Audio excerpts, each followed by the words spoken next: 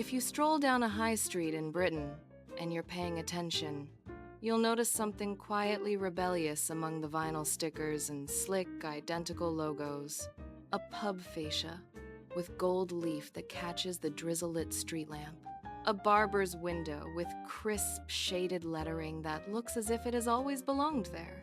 A canal boat with roses and castles painted beside a name that seems to have a personality of its own. Today we're diving into the hidden craft of traditional sign writing. Hand-painted letters, gilding, enamel, and the peculiar blend of artistry, geometry, and graft that sits behind a really proper sign. It's a world where your best tool might be a mahl stick, your worst enemy is a gust of wind, and your reputation lives or dies by whether your curves are spot on. Now, fair enough, you might be thinking, isn't this all a bit nostalgic? Surely everyone just uses a computer font, prints it, sticks it on, and job's a good 'un. And yes, that's how a lot of signage is produced. It's cheaper, faster, and, for many businesses, perfectly adequate. But what gets lost is more than just a quaint aesthetic. Hand lettering changes how a place feels. It signals care, permanence, and local character.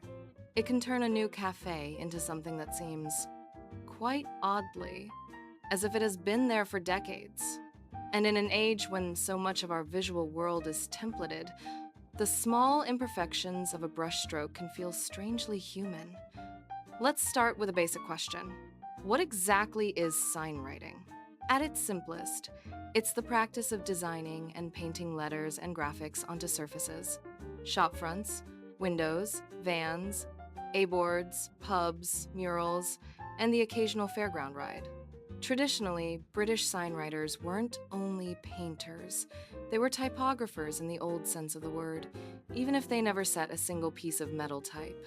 They understood letter forms, how an S should sit, how thick a downstroke ought to be, and why spacing can matter more than the letter itself. If you've ever looked at a sign and felt that it was a bit off, even if you couldn't say why, you've experienced the tyranny of spacing. Professionals call it kerning, but signwriters often talk about the fit. The letters must look evenly spaced, not mathematically evenly spaced. An A next to a V needs to tuck in. A T can create awkward gaps. Round letters like O deceive the eye. Getting it right is the difference between that'll do and blimey, that's brilliant. In Britain, the craft has deep roots. Victorian shopfronts were a theater of commerce, with hand-painted names and elaborate ornament.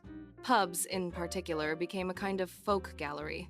Hanging signs, gilded scrollwork, and window lettering that promised fine ales with more confidence than evidence. Later, the rise of motor vehicles created another canvas.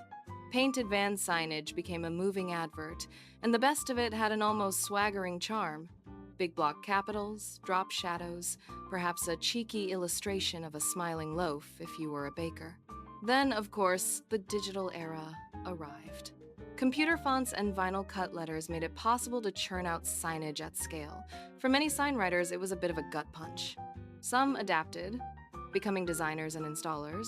Others carried on with brush and paint, serving clients who still wanted that unmistakable handmade look. And now, rather surprisingly, the craft is seeing a revival. Part of the revival is driven by taste. You see hand lettering on craft beer labels, on boutique shop fronts, on street murals commissioned by councils who want to make an area feel lively.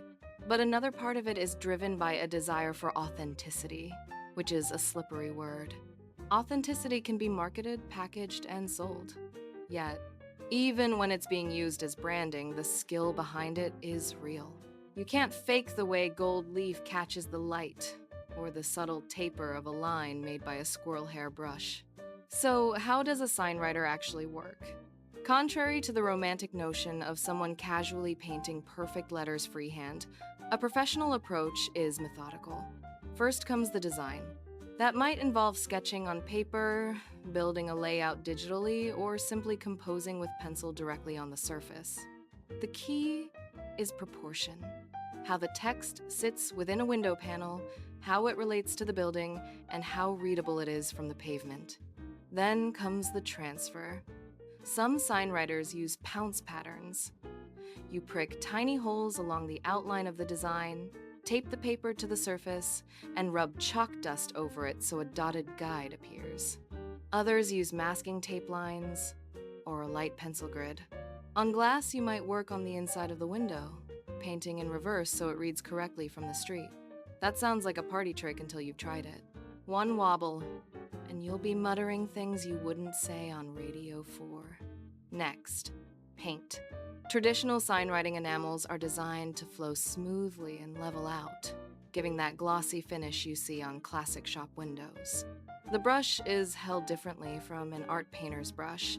It's more like drawing than painting. A lot of signwriters use a mahl stick, a little rod that rests against the surface so your hand can glide steadily without smudging. It's the kind of tool that looks faintly ridiculous until you need it, and then you wonder how you ever managed without it.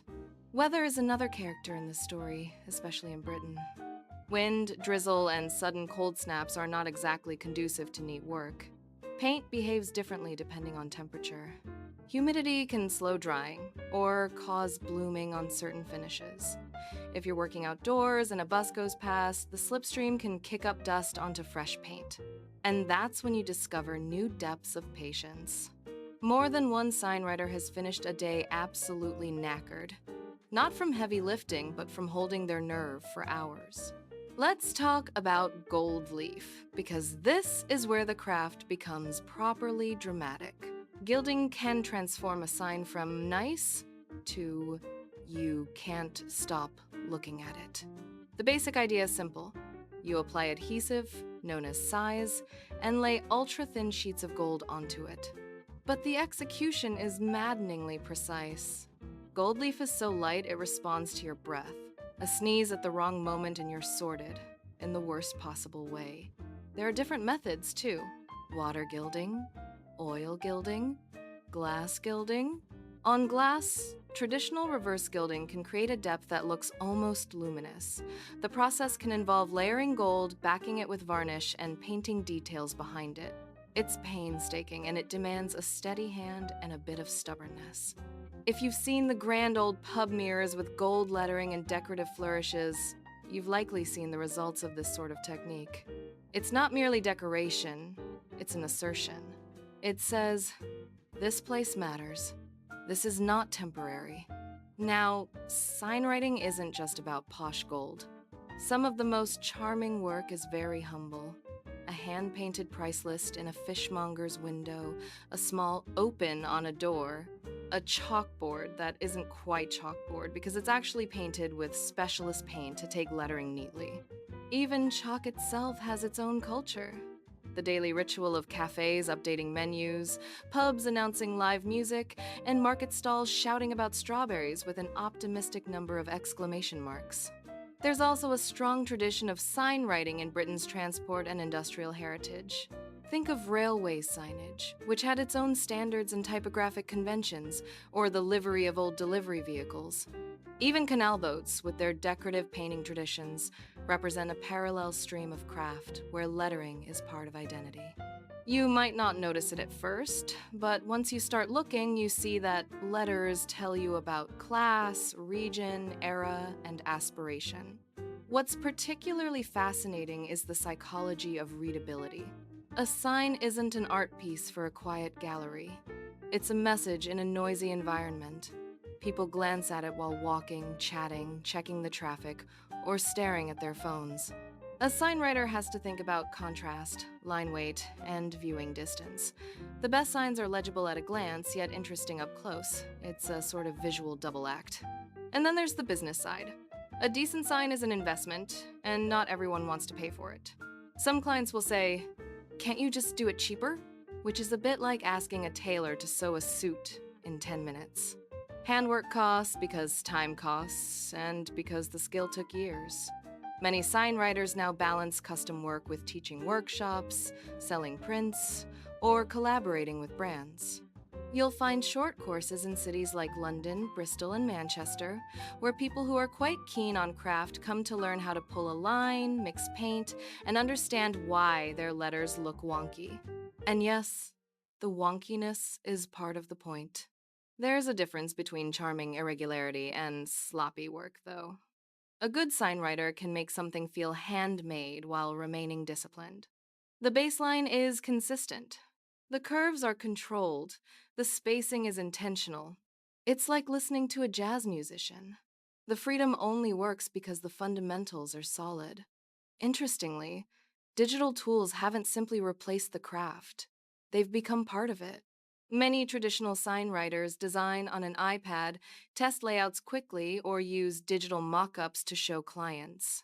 Some use vinyl masks for complex shapes, but paint the finish by hand to avoid that flat, plasticky feel. The boundary between old and new is not a brick wall. It's more like a slightly tatty hedge you can climb through when it suits you. There's also a preservation aspect. Britain has a vast stock of historic signage: ghost signs painted on brickwork, fading advertisements for tea, soap, or long gone cinemas. Some are protected, others are lost during redevelopment. When a signwriter restores an old shopfront, they are not just repainting, they're interpreting history. They have to consider original pigments, period letter styles, and the ethics of restoration. Do you recreate it exactly, or do you leave the wear and tear as a record of time? It's a proper debate, and there's no one size fits all answer. If you ever find yourself in a seaside town, have a look at the older amusements, cafes, or boating signs. There's often a particular British cheerfulness to the style: bold colors, slightly cheeky phrasing, a sense of fun. Even when the building is a bit tired, the sign might still have a certain pride. And that, perhaps, is the emotional core of the craft. Because signwriting is, in the end, public art that earns its keep. It has to seduce you into a shop, reassure you that the place is trustworthy, or simply make you smile on a rainy Tuesday. It sits at the intersection of commerce and culture, and it reveals what we value visually. So, next time you pass a hand-painted sign, pause for a second. Look at the edges of the strokes. Notice how the thick and thin lines create rhythm. Check whether the letters feel evenly spaced, even if they aren't.